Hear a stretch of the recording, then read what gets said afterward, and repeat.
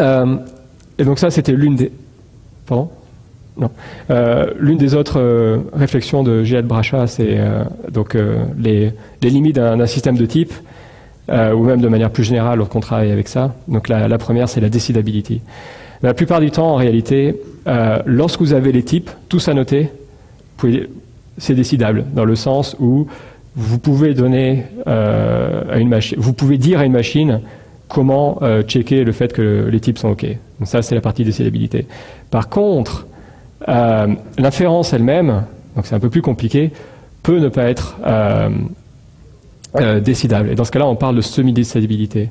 C'est-à-dire que l'inférence ne peut pas marcher de manière générale, mais si vous donnez assez d'indices ou tous les indices, la machine est toujours capable de vérifier une solution au problème. Donc si vous avez à noter, ça marche encore. Et en particulier, ce qui se passe, c'est plus vous avez un système de type qui est sophistiqué, et plus vous allez rentrer dans le monde de l'indécidabilité. Et ça, c'est un gros problème, parce que nous, on est des utilisateurs normaux, et on aimerait bien que la machine soit capable de faire la plupart des choses. Et donc, du coup, dans la partie, justement, automatisation, j'aimerais que vous considériez aussi que les outils d'analyse statique en font partie. Donc tout ce qui va regarder votre code, même pour des choses qui ne sont pas, pour dire c'est faux, mais il peut y avoir, ce code-là est faux, il va faire des bêtises. Le fait que vous avez la complexité cyclomatique ou il y a énormément de métriques qui peuvent être super intéressantes sur votre code, et ça rentre dans le domaine de l'analyse statique. Et vous avez quelques exemples, bien sûr. Et donc tout ça dans le rôle d'avoir plus de confiance dans le programme que vous écrivez. Donc encore Runar qui est lui par contre exactement à l'opposé de Gilad et qui était un peu qui considère les gens qui utilisent un langage dynamique d'une certaine manière. Mais donc effectivement la façon dont c'est tourné, qu'on soit bien clair, il était vraiment en train de se foutre de leur gueule. Mais pour être honnête, la vraie question c'est est-ce que les types peuvent être suffisants pour vraiment garantir que quelque chose est safe? Ou est-ce qu'on a vraiment besoin du testing? Et il se trouve que de manière théorique, la question est, dans l'absolu, on n'a pas besoin de tests, et les types sont suffisants. Et là, donc, vous pouvez toujours retourner vers les mecs qui vous fait chier pour le TDD, c'est la panacée, et c'est la seule façon d'y arriver. Dites, non, et on a même la preuve que c'est pas vrai. C'est un des plus gros résultats de logique. Non, c'est le plus gros résultat de logique. En tout cas pour l'interaction avec le monde de computer science, on va dire pour simplifier du milieu du siècle dernier. Ça a commencé un peu avant, ça a terminé un peu après, il y a eu des grosses étapes, et ça a donné ce qu'on appelle l'isomorphisme de Curie-Howard. Juste par curiosité, qui a déjà entendu parler de ça? Ok, c'est pas tant que ça, mais bon. Et donc isomorphisme, il y a correspondance parfaite dans les deux sens, d'accord? Et dans le cas présent, entre une preuve et un programme, et la formule qui prouve et le type du programme. Et une correspondance complète. Donc, juste pour vous en convaincre, regardez le tout petit... regardez juste ce théorème qui est là, je pense que vous comprenez tous, ça dit, c'est si je prends un entier, je dis, il existe forcément un Y, donc c'est juste les entiers normaux, hein, les entiers naturels. Si je prends un entier X, je peux forcément trouver un Y tel que la formule ici est vraie. C'est-à-dire je peux écrire X comme étant 2 fois Y, ou alors X comme étant 2 fois Y plus 1. Je ne sais pas pourquoi le 1 est là. Qu'est-ce que ça veut dire? Bon, en gros, si je vous dis je te donne 4, Y c'est 2. Si je te donne 5, Y c'est 2 aussi. Si je te donne 6, c'est 3. Donc ce que je suis en train de faire, je dis, oui, le Y il est facile, c'est la division entière de X par 2. D'accord? Donc là, vous avez deux façons de voir le système. Vous pouvez dire for all x, c'est-à-dire si je te donne un x, je te renvoie un y. Ça ressemble furieusement à une fonction. La propriété qui est derrière, ça ressemble furieusement à une spécification de la fonction. C'est-à-dire, je suis garanti de faire ça. Et d'une autre manière aussi, comment je prouve ce théorème? Donc là, on a déjà vu, c'est un théorème. Et je sais l'exprimer en termes de... Enfin, je sais comprendre à peu près ce que ça veut dire en termes de programme. Si je voulais le prouver, une façon... ce que je reviens de manière intrinsèque à faire, c'est donner l'algorithme pour calculer la division entière par 2. Et donc c'est cette correspondance dans les deux sens qui fait qu'il y a une correspondance complète.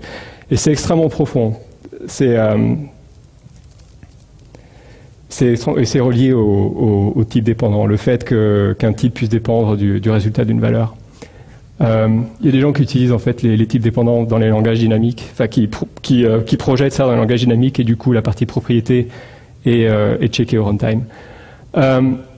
Donc c'est très important, ça veut dire que si le système de type est assez évolué, et donc là en particulier on a toute la puissance de la logique derrière, on est capable de prouver tout et n'importe quoi, exprimer n'importe quel type de programme, ou équiper un langage de ce genre de truc-là et prouver des propriétés dessus. Et du coup on est capable de dire de manière universelle, telle propriété est vraie, alors que lorsque je fais du test, je prouve que l'exécution, pour arriver à ce point-là, ce que j'ai écrit dans le test, est vrai pour arriver jusque-là. Et rien de plus. Là, on atteint l'universalité, donc on a en plus des propriétés beaucoup plus fortes. Seul problème, bon, vous pouvez vous en douter, ce n'est pas décidable, parce que si c'était décidable, grosso modo, on pourrait dire, je te donne un théorème, il me trouve la preuve, et du coup, tous les mathématiciens sont à la retraite. Donc c'est quelque chose qui est extrêmement profond.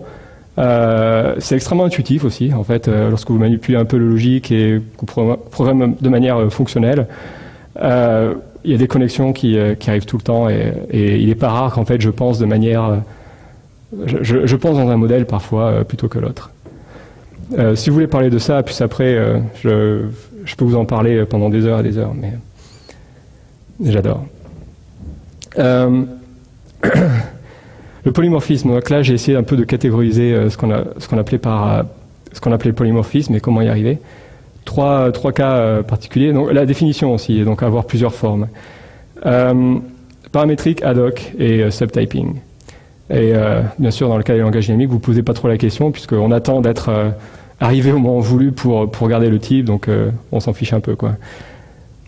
On fait juste ce qu'on a envie de faire. Donc paramétrique, le mot paramètre est important. D'accord, donc j'essaye de généraliser, étant donné un paramètre de type. Donc le type lui-même est paramétré et je généralise dessus, mais parfois j'ai besoin de rajouter quelques petites contraintes et donc il y a on veut mettre des limites. Donc pour les gens qui font du Java, ils connaissent très très bien bounded parametric type, donc tout ce qui est extends. Là vous avez une contrainte de type entre les chevrons, vous mettez extend, super, c'est exactement ce genre de choses là. Et dans le monde fonctionnel, donc ça c'est du Camel. Camel est encore plus arrive à généraliser de manière encore plus forte et arrive à inférer dessus. Donc là par exemple la fonction reverse est spécifiée comme étant une liste de n'importe quoi. C'est non pas étant donné un n'importe quoi, je prends la liste de ce n'importe quoi et je renvoie une liste de ce même n'importe quoi. Là c'est vraiment une liste de n'importe quoi renvoie une liste de ce même n'importe quoi dès le départ. C'est légèrement différent et beaucoup plus puissant dans ce cas-là. Pourquoi j'ai le at. Donc, ad hoc polymorphisme. Grosso modo, c'est l'overloading. Je sais pourquoi il y a le at, parce que tout simplement, je ne le comprenais pas et je devais revenir dessus. Je préfère pas dire de conneries, donc je vais le passer. Je le comprends très bien dans le cas des type classes, dont on va parler plus tard. Et je n'arrivais pas à comprendre de manière intrinsèque ce que voulait dire dans le monde objet pur.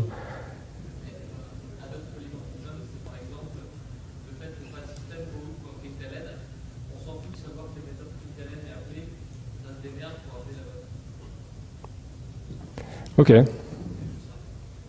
Il se démerde. On retiendra ça. Bon, par contre, ce type subtyping polymorphism, bon ça on a déjà parlé. Je vais insister un peu plus dessus parce que vous trouvez toujours des gens dans l'industrie qui veulent justifier, qui font les choses bien en mettant des mots, des théorèmes, des trucs qui mettent en avant. Je dirais pas quel langage je parle en l'occurrence. Donc subtyping, c'est vraiment pouvoir... Donc j'ai une relation de sous-typage, souvent de l'héritage si je suis dans un modèle objet. et je dis OK, je satisfais les contraintes vu que je suis un sous-type, et du coup je peux remplacer des valeurs qui ont un type plus spécialisé. C'est très simple. Et du coup il y a des gens qui disent mon système il est OK parce que ça répond à ce truc-là super important, Liskov Substitution Principle. Et en fait les gens font l'amalgame un peu entre juste le principe de substitutability dans le substitution dans le domaine du sous-typage normal. Et en fait, Liskov va beaucoup plus loin dans la propriété, c'est-à-dire que Liskov introduit une propriété qui doit donc dire, vous devez donner une propriété qui doit être une sorte d'invariant qui doit être vrai dans tous les sous-types. Donc, et un exemple, c'est donc si vous donnez à un étudiant un rectangle et un square et vous lui dites OK, modélise ça de manière objet, il dit ah ouais, bah facile, hein. Donc un square c'est un cas particulier un carré c'est un cas particulier du rectangle, et c'est juste que le x et y vont être les mêmes. Et donc vous pouvez spécialiser du coup la méthode qui calcule la surface. Et dans d'autres cas, par exemple, la spécialisation peut être beaucoup plus efficace parce que vous avez plus d'informations. Le problème, c'est que si vous faites pas attention, qu'il y a des méthodes qui sont héritées, qui viennent du dessus, ou même si vous redéfinissez mal, vous pouvez casser les invariants qui étaient vrais dans la méthode du dessus. Et là, en l'occurrence, si vous laissez une méthode setter, qu'est-ce qui se passe alors que vous venez de rajouter une contrainte sur les deux, le x et y ont la même longueur, alors que dans l'autre, la propriété c'était ils peuvent être différents. Vous rentrez dans des problèmes philosophiques comme ça. OK. Et on arrive à la dernière partie du talk. Donc on se posait la question au départ, qu'est-ce que ça veut dire être un statement dans le monde fonctionnel? Alors en fait, tout ça s'est cristallisé avec la différence entre void et unit. Dans le monde fonctionnel, on a vraiment besoin d'avoir une valeur qui est renvoyée. Et si on a une valeur et qu'on veut aussi un type qui lui est associé, on a besoin de pouvoir parler à propos de ça. L'intuition qui est derrière void, c'est de dire je n'ai pas de valeur, je n'ai pas de type, je n'ai rien. Ça, c'est juste quelque chose qui n'est pas acceptable d'un point de vue conceptuel lorsque vous êtes dans un langage fonctionnel. C'est la seule chose. Ça ne veut pas dire que d'un point de vue implémentation, vous avez forcément besoin de donner quelque chose de réel. Vous pouvez très bien dire, en fait, il n'y a rien d'un point de vue implémentation. Mais d'un point de vue conceptuel, vous êtes en train de manipuler quelque chose.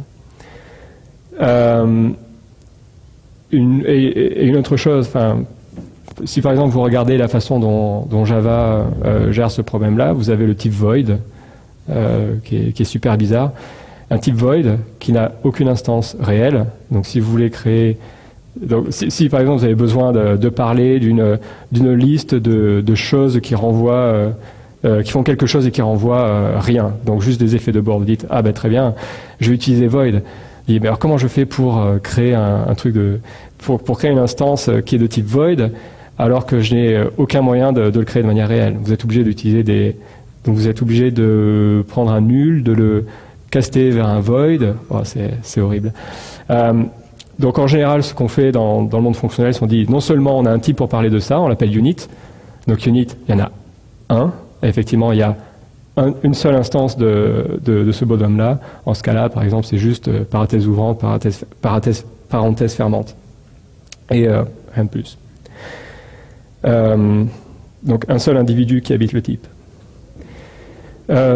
Social typing, bon, je pense que vous avez tous entendu parler de ça.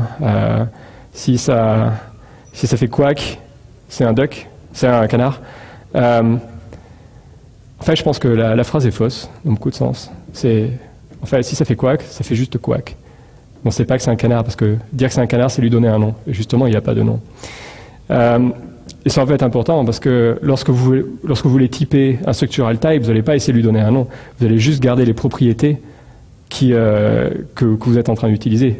C'est juste le fait, ici, j'ai besoin de quelque chose qui sait faire un quack. Mais je n'ai pas besoin d'un canard. Donc je ne sais pas trop quelle est l'explication de pourquoi ils disent si Si ça fait quack, alors c'est un duck. Je pense que c'est faux, hein, la façon de le dire. Bon, peu importe. On va parler vite fait des union types. Quelque chose de très important qui n'existe pas vraiment dans Java. Dans Java, le modèle d'héritage fait que vous avez des unions. Enfin, il n'y a pas vraiment de vraie union. Vous ne pouvez pas vraiment parler. Vous n'avez pas de moyen simple de parler d'une union de type en Java. Donc c'est quelque chose qui est souvent rajouté. C'est le dire, en fait, ce type-là, c'est soit ça, soit ça, soit ça, soit ça. Et là, vous avez deux façons de le faire. Soit vous nommez le fait que c'est soit ça, soit ça, soit ça, soit ça.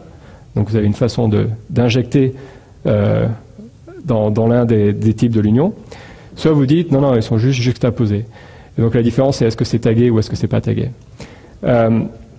Donc en ce cas-là, lorsque vous utilisez les case class avec les seal traits, etc., etc., ou lorsque vous utilisez les abstract data types dans les langages comme Camel ou Haskell, vous utilisez les méthodes taguées. Si vous êtes dans la façon taguée, dans Ceylon par exemple, ils ont décidé que le coût était trop important et du coup ils disent non, nous on tague pas.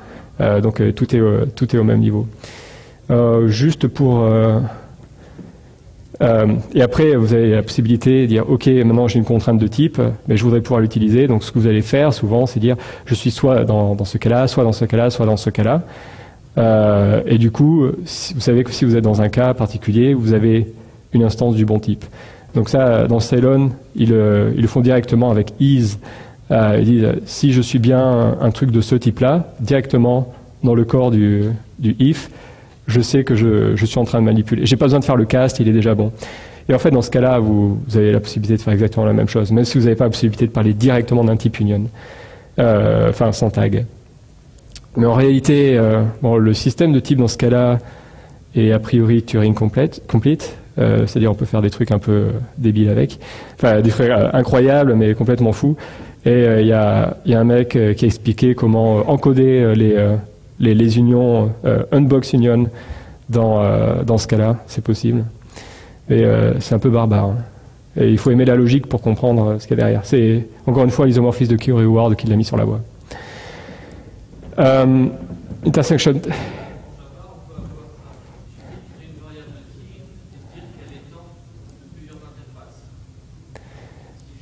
Non.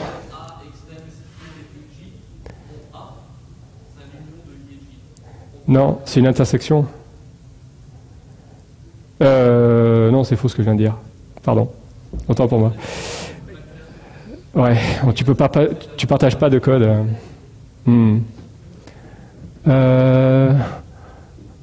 Ouais. Ouais, c'est vrai. Ouais, tu peux le faire en Java, ouais. Tout à fait. Mais le fait de ne pas pouvoir partager de code, c'est quand même embêtant parce que...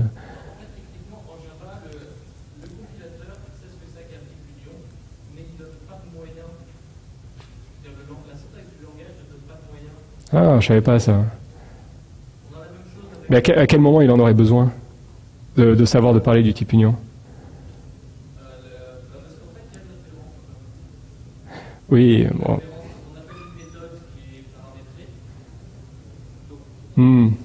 Ok.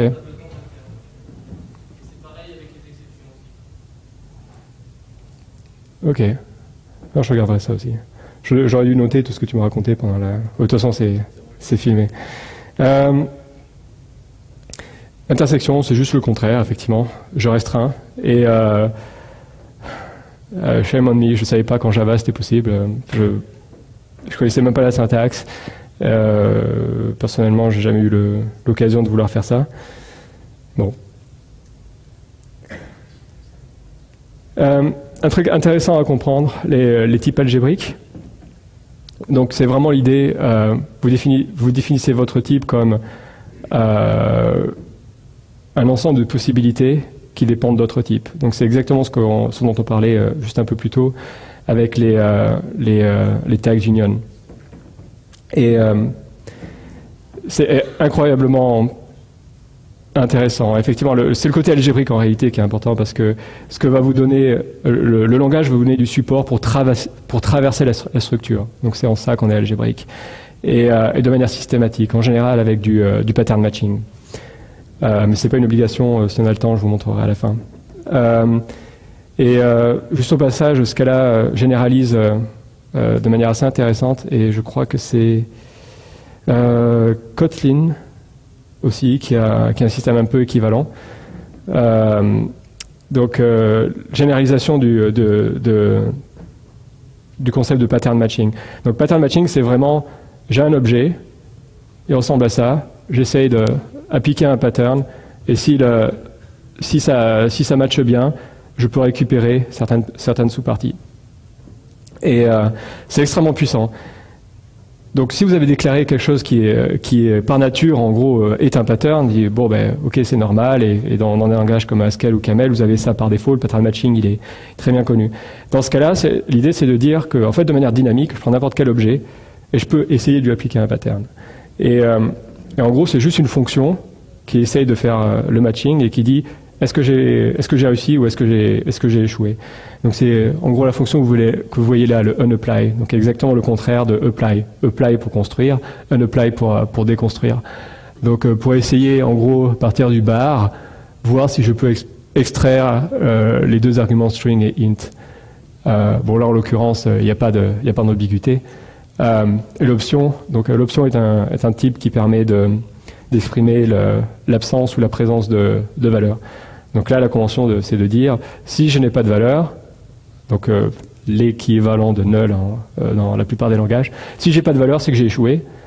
Si j'ai une valeur, le sum, ça veut dire que l'extraction a réussi. Hop, on va passer ça. Que la variance, problème, bon, c'est long à expliquer et c'est pas sûr que j'arriverai à le faire bien. Un truc qui m'intéresse beaucoup, hierarchy types. Lorsque vous entendez parler d'une liste, en fait, en Java c'est simple, vous avez le l'erasure. Donc en gros, une liste, c'est un type qui est au même niveau qu'un int, enfin un integer en particulier, au niveau de la JVM. Mais en réalité, c'est un peu bizarre parce qu'on n'est jamais une liste, on est une liste de quelque chose. Donc en fait, l'intuition derrière, c'est qu'une liste n'est pas un type, c'est un constructeur de type. C'est quelque chose qui attend un type pour construire un autre type. Si je te donne un string, je construis une liste de strings. Et une variable en tant que telle, par exemple, ça n'a pas de sens de dire que c'est juste une liste. Les hierarchy types, ça vous donne la possibilité de parler à propos de ça. De se dire, je suis un constructeur de type.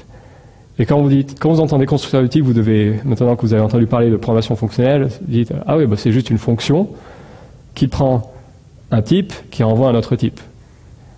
Donc en gros, je suis juste en train de parler de fonctions au niveau des types. Je suis un niveau au-dessus. Et les hierarchy types, en gros, s'intéressent à catégoriser toutes les manières de construire des types. Donc combien d'arguments je prends, etc., etc. C'est pas king, c'est kind. Et effectivement, c'est un moyen supplémentaire d'être générique. Alors j'ai un exemple, parce que c'est en fait central pour utiliser les type classes. Donc type class, ça répond à un problème. Imaginons que j'ai un objet qui peut se comporter d'une certaine manière, d'accord, mais je ne suis pas dans la hiérarchie de type. Donc par exemple, je peux être vu comme je peux être équipé d'un opérateur de comparaison, mais c'est trop tard. Cet objet, je ne le maîtrise pas. Ils ont oublié ou ils ne voulaient pas implémenter l'interface comparator. Donc là, du coup, on est un peu coincé. Et type class, justement, ça va répondre à ce problème-là. Donc c'est une forme ad hoc de polymorphisme. Là, je la comprends très bien. C'est vraiment de dire de manière ad hoc, je peux voir ce type-là comme étant de ce type-là. Et c'est cette nouvelle vue en fait de l'objet qu'on appelle la type class. Donc voilà à quoi ça pourrait ressembler. Donc essayons d'écrire juste une méthode max, d'accord, qui j'ai envie de retourner donc déjà je suis pas vraiment je sais pas vraiment quel est le type des éléments dans la liste. D'accord, qui est passé en argument ici. Par contre, ce que je sais, donc ça c'est Ça, c'est la façon dont vous le feriez en Java. Vous dites, ah, mais j'ai la possibilité de le comparer. Donc, il y a un objet qui permet de parler de ça qui s'appelle comparator dans Java Util. Et bien sûr, si j'ai 0 ou 1 élément, je peux échouer, donc je vais encore réutiliser le type option. Bon, peu importe l'implémentation, donc effectivement, on utilise les méthodes de Scala, et là, je te dis, si je veux comparer tous les éléments 2 à 2, et accumuler le max, donc en gros, j'utilise la méthode compare issue de l'objet comparator, et je décide de prendre le x ou le y. Bon, il y a rien de franchement compliqué là-dedans. Par contre, c'est super embêtant. Enfin, c'est quand même un peu dommage. Là, on est en train d'implémenter le pattern dont j'ai oublié le nom. Vous savez, vous n'êtes pas dans l'arbre d'héritage, mais vous avez un pointeur vers un objet que vous encapsulez. Pardon? Composition, ouais. Bon, on n'est pas dans un objet, c'est une méthode, mais bon, on pourrait le voir de cette manière-là, je pense. Donc déjà, on peut s'abstraire un peu de ça en disant, ok, tout ce que je veux dire, en fait, c'est de manière implicite dans mon contexte, ce que j'aimerais avoir, c'est cette comparaison pour le type en question. Si elle existe, prends-la. Si elle n'existe pas, c'est un problème. C'est une erreur de type. J'ai pas réussi à la trouver. Donc ça, c'est juste en utilisant l'implicite. Et donc là, du coup, je dis, j'ai une façon implicite de voir, de trouver un int comparator dans le cas des int.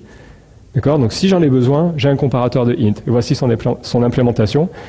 Bon là, par convention, je suis obligé d'utiliser le mot-clé implicite pour dire elle est dans mon contexte.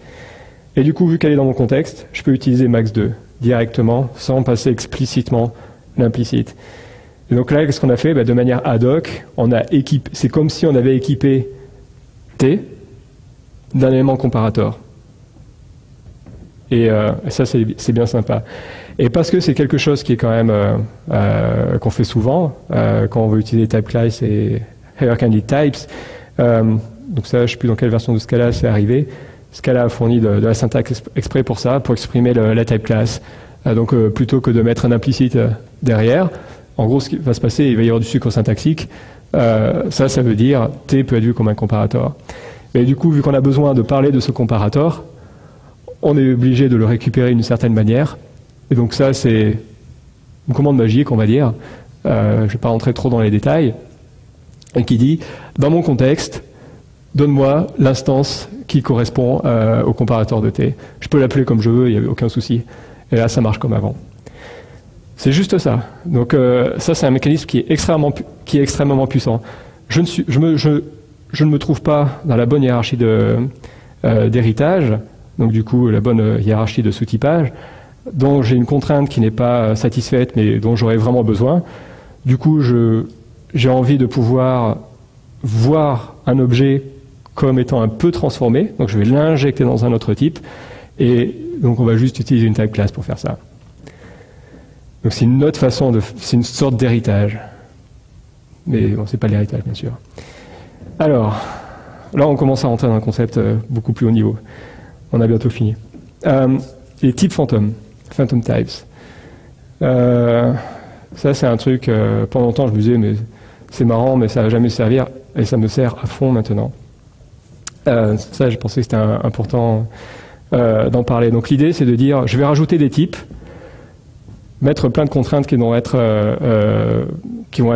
définies sur ce type-là, mais en fait, ce type-là ne va absolument pas servir à calculer quoi que ce soit. Donc je n'aurai aucune valeur de ce type-là associée à ce truc-là. Et tu dis, mais s'il n'y a aucune valeur, ça ne sert à rien. Ben si, on peut faire des choses intéressantes. Donc j'ai repris l'exemple, enfin plus ou moins l'exemple du pattern builder pattern sur Wikipédia avec pizza builder, et là l'idée c'est je peux rajouter de la tomate, je veux dire ok, j'ai rajouté la tomate, et lorsque je suis prêt, je peux demander de faire un build et je récupère une pizza. Le seul truc que je dis, c'est une pizza sans tomate, c'est une mauvaise chose, donc j'aimerais bien m'assurer que quiconque utilise mon builder ait bien pensé à mettre de la tomate. Et si je pouvais avoir le système de type faire ça pour moi, ce serait génial. Et en fait, c'est possible de le faire. Donc en fait, je vais utiliser des types fantômes, true and false, peu importe qu'ils soient reliés entre eux. Tout ce que je veux, c'est pouvoir les comparer. Et je vais dire, OK, j'ai une variable de type hasTomato qui sert à rien. Effectivement, j'ai aucun truc de type hasTomato derrière. Mais l'idée, c'est que je vais rajouter une contrainte de type, ici. Donc ça, c'est encore un autre truc magique dans ce cas-là. Alors les trucs magiques dans ce cas-là sont tous dans predef, dans le bout qui est importé, quoi qu'il arrive par défaut, lorsque vous écrivez du code Scala. Et donc il y a ce truc-là, qui n'est pas un opérateur, mais qui est une classe. Donc vous pourriez écrire égal de point égal, crochet, avec les deux arguments. C'est juste qu'il y a du sucre syntaxique pour les opérateurs. Tous les opérateurs pour les classes, en ce cas-là, ils marchent de cette manière-là. Donc c'est pour ça que vous pouvez écrire, par exemple, si vous voulez construire une liste, quelque chose, deux points de point, quelque chose, deux points de point, quelque chose, liste vide. Vous êtes en train de construire une liste, vous dites deux points de point, c'est quoi? Ben, en fait, c'est aussi une classe. Bon, parenthèse, ce truc-là, c'est une classe, mais qui a une propriété intéressante. C'est qu'il va regarder si je peux satisfaire la contrainte de type A et B, donc ici hasTomato et true, sont égaux. Donc ça veut dire qu'au moment où j'appelle le build, le hasTomato, donc le 10, il doit être à true. Ça veut dire que donc ce que je vais faire, c'est lorsque je vais commencer la première fois avec mon builder, je vais le mettre à false. Donc c'est complètement, c'est moi qui décide, je le mets à false. Donc du coup, j'oblige la personne qui utilise le builder à appeler withTomato pour avoir un pizza builder qui est passé à true. Et maintenant que j'ai mon true, je suis autorisé à utiliser le build, parce que c'est le seul moment où je pourrais satisfaire la contrainte. Donc ça veut dire, donc effectivement, vous pouvez essayer, hein, ça, bien sûr, c'est exactement ce qui se passe, et c'est exactement le message que vous avez. Dans le cas de pizza builder build, le message d'erreur c'est cannot prove that false equal true. Et dès que vous avez rajouté le withTomato, le build est bien complet. Alors ça c'est utilisé par les mecs mais à fond. J'ai découvert ça avec les mecs de Foursquare qui ont fait une bibliothèque pour interagir avec MongoDB. Et ils utilisent ce truc-là partout. Et ils l'utilisent pour être sûr que lorsqu'ils écrivent des requêtes, ils font pas donc ils écrivent des requêtes dans un DSL, et leur DSL, ils vont exécuter ça sur du MongoDB, ils vont exécuter ça sur du Hadoop, et ce sont des choses qui sont très coûteuses, et s'ils font des erreurs, surtout en écriture, mais aussi en lecture, parce que ce sont des process qui prennent énormément de temps, s'il y a des erreurs, c'est un énorme problème pour eux. Et en plus, le DSL, il est utilisé par des gens qui sont pas super Scala, mais qui sont capables de s'exprimer quand même dans ce DSL-là. Et il faut quand même et ce qu'ils veulent, c'est aider ces gens-là, les spécialistes des données, à écrire des choses qui sont pas débiles et qui ont du sens et qui vont pas faire crasher la machine. Et donc ils utilisent exactement ce genre de technique pour s'assurer que, par exemple, ils fournissent toujours un ordre de tri pour la requête MongoDB, lorsqu'ils comparent des éléments dans leur modèle de données, les types correspondants sont égaux, etc., etc. Donc le langage extrêmement dynamique, donc c'est du JavaScript qui génère, et en réalité ils savent dans tous les cas qu'il a été construit de manière safe. Et c'est partout dans leur API, c'est vraiment sympa. Alors juste une remarque, en ce cas-là, vous avez les types. J'ai oublié leur nom. Donc au lieu d'avoir le type paramétré avec les crochets, on peut le mettre à l'intérieur de la classe. Et du coup, ça vous évite de se le balader, et ça évite aussi que l'utilisateur client de l'API le voit. Donc c'est exactement la même chose, sauf que le type hasTomato qui était avant un paramètre associé à Pizza Builder, maintenant il est ici. Et du coup, ici, là, je le passe. Et sinon, ça change vraiment rien, mais ça permet de cacher pas mal de détails. Donc, oui, tu veux vraiment rentrer là-dedans? Non. Juste une remarque, les types runtime, donc bien souvent, on les perd, en tout cas une partie. Donc sur la JVM, on perd la partie paramètres, c'est les régures. La réification, alors vous entendrez, il y a des nouveaux langages qui arrivent, ils disent « Ah mais nous dans notre langage, les types sont réifiés ». Il n'y a pas de magie. C'est très coûteux sur la JVM de dire ça. C'est jamais gratuit. Les types réifiés, c'est compliqué. Et bon, bref. La réflexion, c'est la capacité, d'interroger le type au runtime. Et la façon dont Scala le gère, c'est avec les manifestes. Donc le système des manifestes. Et donc, si vous voulez garder l'information, vous dites juste dans le système, c'est une type class encore, vous dites juste pour ce type-là, j'aimerais bien avoir un manifeste. Et Scala va toujours être capable de trouver un manifeste pour vous et donc va juste instrumentaliser le code pour être sûr que tout va bien se passer. Et Scala, en fait, dans la version de 10 aussi, je crois, pousse un peu plus loin et généralise le concept de telle sorte que vous pouvez carrément réfléchir sur le programme au runtime. Donc vous avez un système de macros maintenant. Et en fait, c'est extrêmement lié au système de type lui-même. Oui.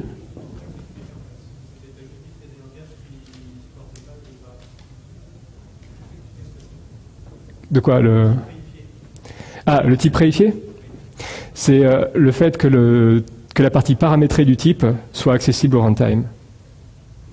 Donc, ce qui va se passer lorsque tu as les régures, donc ça je pense, pour cette partie-là, et régures, les gens comprennent ce qui se passe. J'ai dit dans mon code que j'ai un list de int, il se trouve qu'au runtime, Java n'a pas cette information-là, il n'a que l'information list. Et tout ce qu'on veut, c'est pouvoir réfléchir sur la partie générique, c'est ce qu'on appelle réification, sortir du domaine. Et cette information-là n'est pas là. Et c'est juste ça qu'on appelle les types réifiés. Avoir l'information. Si j'ai l'information, c'est réifié. C'est vrai que c'est un peu bizarre on est dans un monde statique. Normalement, si tu es vraiment dans du statique, tu ne devrais jamais avoir besoin de connaître l'information au runtime. Tu devrais toujours pouvoir te débrouiller sans avoir besoin de faire la réflexion. Bon, dans la pratique, il y a des bibliothèques qui font un mauvais boulot, tu as besoin de savoir le type. Parfois, c'est quand même pratique de le savoir. Mais il y a des langages où, par exemple, toutes les informations de type sont complètement effacées au runtime. Donc Haskell et OCaml, par exemple, il n'y a absolument aucune information de type au runtime. Donc, par exemple, quand eux, ils ont voulu essayer de rajouter un trait dynamique dans le langage, ils ont toujours des problèmes. Ça marche vraiment pas. Parce que de manière naturelle, ils n'ont jamais eu la possibilité d'associer des types. Alors, donc ils peuvent pas faire ça. Ça répond à la question? Ah, une autre question derrière. Les annotations là-bas. C'est un truc que personnellement j'aime vraiment pas. Je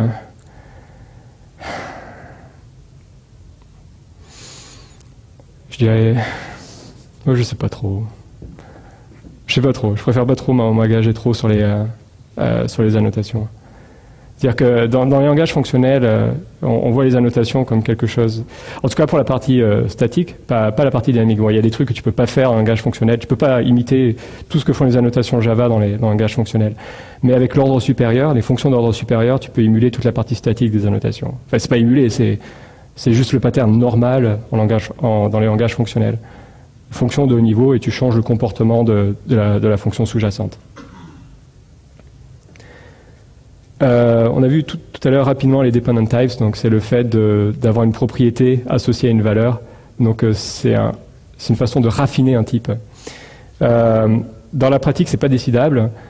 Dans la pratique, c'est super utile à utiliser si jamais le compilateur est capable de traduire ça dans une assertion qui est checkée au runtime. Et dans la pratique, vous pouvez toujours le faire à la main en mettant une assertion dans le constructeur de votre objet.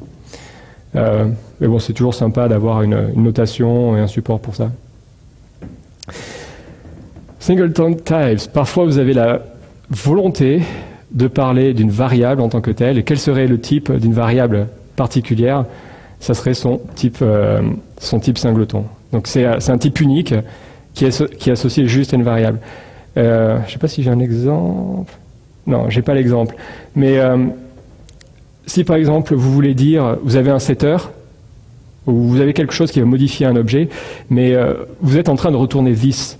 Et si vous voulez faire transparaître ça dans le système de type, vous allez vous dire, eh ben en fait, je vais juste renvoyer un this.type, en gros le type de this, Et c'est une information qui est super intéressante parce que vous savez que vous pouvez les chaîner, vous savez que vous êtes tout seul dans cette méthode et que tout est safe. Donc vous êtes en train de muter des choses, mais vous savez que vous êtes tout seul. Donc c'est toujours appréciable.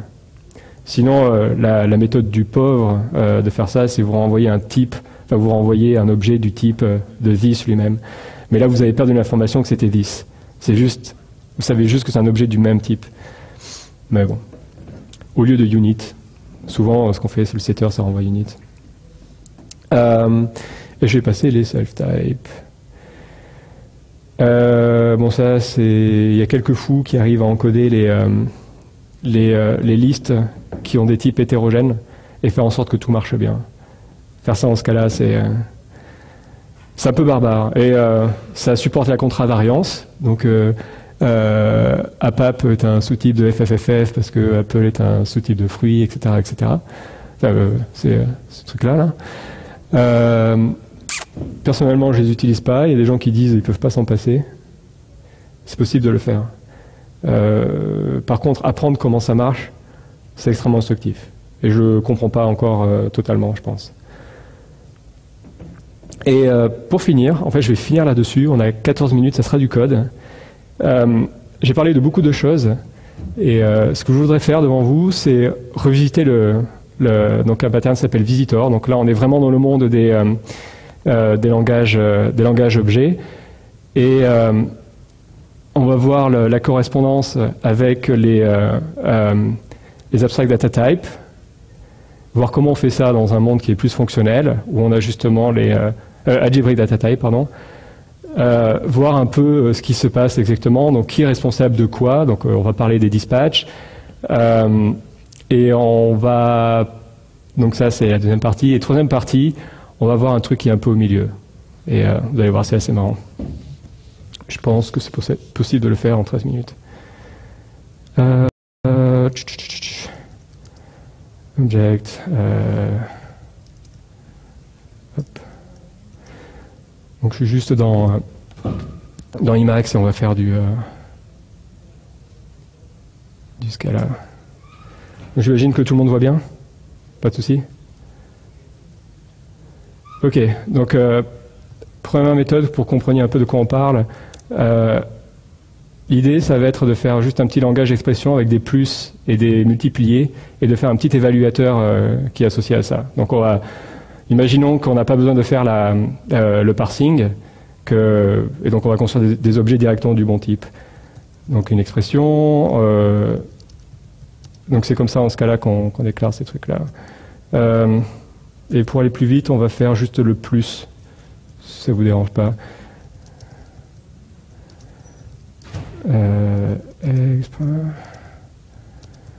Donc on va dire...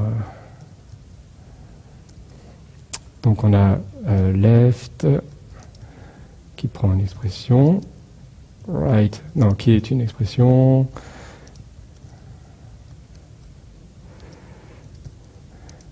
vous pouvez m'arrêter pour poser des questions, il n'y a pas de souci. Et j'ai les erreurs, hein, si jamais je fais des bêtises. Donc c'est un type dans Emacs. On va juste déclarer une petite méthode eval qui prend exp et qui renvoie un int, donc il va juste faire l'addition. Donc là c'est juste, je vais utiliser le pattern matching, donc là j'ai deux sous-cas. Donc dans le cas où j'étais un num, donc là j'ai directement mon nombre, c'est facile, je vaux mon nombre. Dans le cas où j'étais un plus, avec L et R, bon ben là de manière récursive, donc je sais que L et R sont des expressions, donc du coup je peux demander à évaluer L, je peux demander à évaluer R, et ce que je veux, c'est faire l'addition au sens normal à l'intérieur.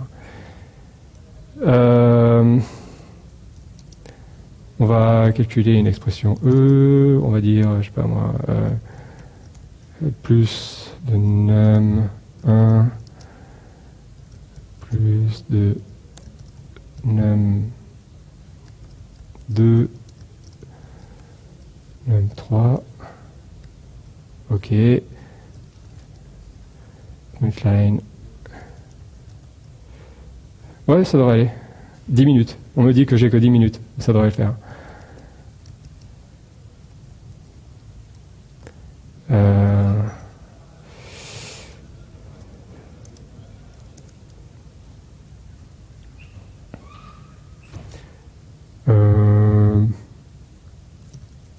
Compile.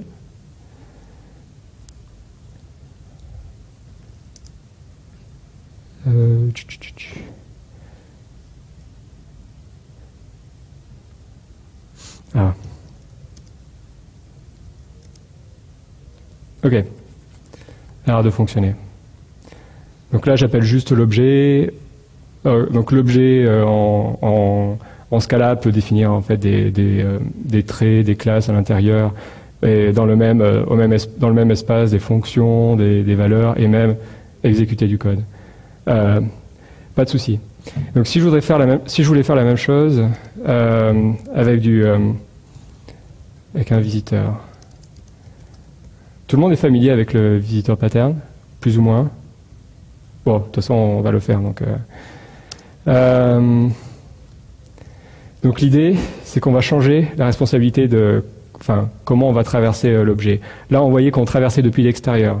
C'est-à-dire qu'on connaissait la hiérarchie, on connaissait l'algèbre, et du coup, on a les informations, et on peut traverser et décider de ce qu'on veut faire. Donc on est vraiment depuis l'extérieur.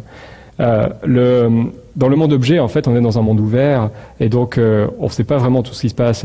N'importe quoi peut être rajouté. Une nouvelle classe peut arriver et décider qu'elle étend un objet, et du coup, ça peut être rajouté dans les choses à visiter. Donc, c'est pas comme ça qu'on va faire. On va être explicite sur comment. On va devoir être explicite sur comment on va visiter une structure. Donc, on va dire qu'un visitor, c'est quelque chose qui sait visiter un num. Ah oui, et remarque rapide, le visitor pattern que vous connaissez, il n'y a sûrement pas ça, mais vous pouvez le faire en Java. Donc c'est le fait que lorsque le bouquin a été écrit là, sur les patterns, il n'y avait pas les paramètres de type, et du coup ça renvoyait n'importe quoi, voire même c'était du void. Donc l'idée c'était d'accumuler, c'était plus d'accumuler dans le visiteur un état qui passait. Mais là on n'est plus obligé de faire ça. Donc c'est quand même beaucoup plus simple. C'est bizarre parce que les gens continuent à parler du visitor pattern avec l'ancien style. Et je ne sais pas pourquoi. Oui, il vaut mieux que je définisse... Ah. Ouais, c'est ça. Trait exp. Donc il n'y a pas vraiment de sens dans une implémentation purement objet de dire sealed. Sealed, ça veut dire je connais tous les gens qui implémentent. Mais là, vu que je n'utilise pas la feature, c'est plutôt à la Java. Je ne mets pas le sealed. Et là, je dis, OK, tout objet qui est une expression doit accepter un visitor. Donc c'est ça le hook, en fait, que vous êtes obligé d'exposer dans le visitor. Et la particularité, encore une fois, c'est qu'ici, le visitor est là pour calculer une valeur de type T. Je lis mes notes. OK, donc maintenant on a besoin d'avoir les classes qui implémentent. Donc on a num and int.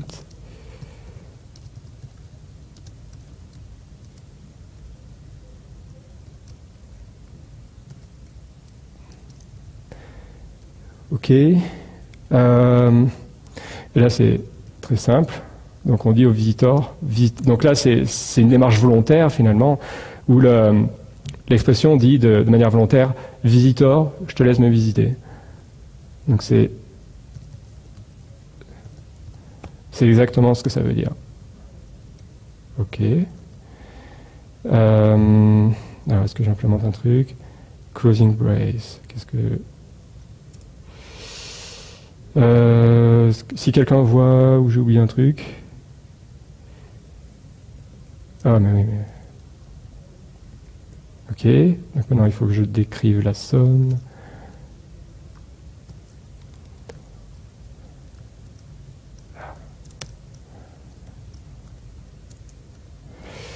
Alors, LR exp. OK. Et finalement, le code est exactement le même. OK, c'est pas mal. Et donc là maintenant, je peux décider d'écrire mon eval, donc il prend l'expression de type expr et qui renvoie un int, d'accord. Donc là j'ai juste besoin de donner un expr visitor qui donc calcule et renvoie des int. Et donc là, de quelle manière, maintenant je dois dire de quelle manière je visite. Je sais que je vais visiter avec les hooks qui sont juste bien comme il faut. Donc là c'est facile, je prends juste le n qui est à l'intérieur de num. Et si je suis en train de visiter une somme,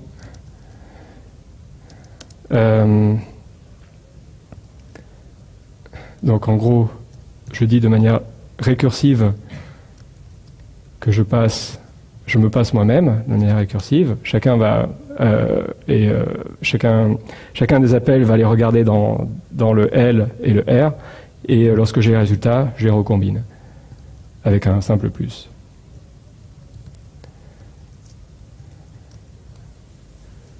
Ce que ça dit. Alors, j'ai un truc qui foire. Il m'en manque encore une.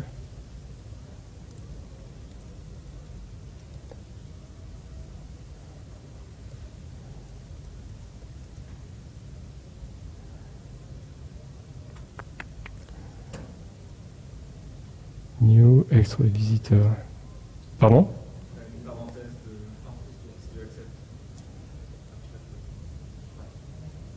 La parenthèse du accept. Là? Ah, exact. Donc c'est lui. Ah. Cool. Du coup, on peut...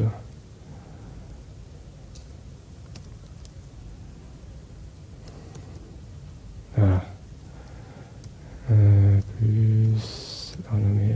C'est pas grave.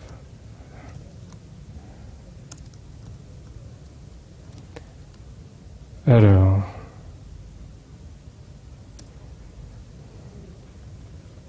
Et on l'a appelé visitor, c'est ça? Cool, on est bon. Donc, on revient une fois vite fait dessus.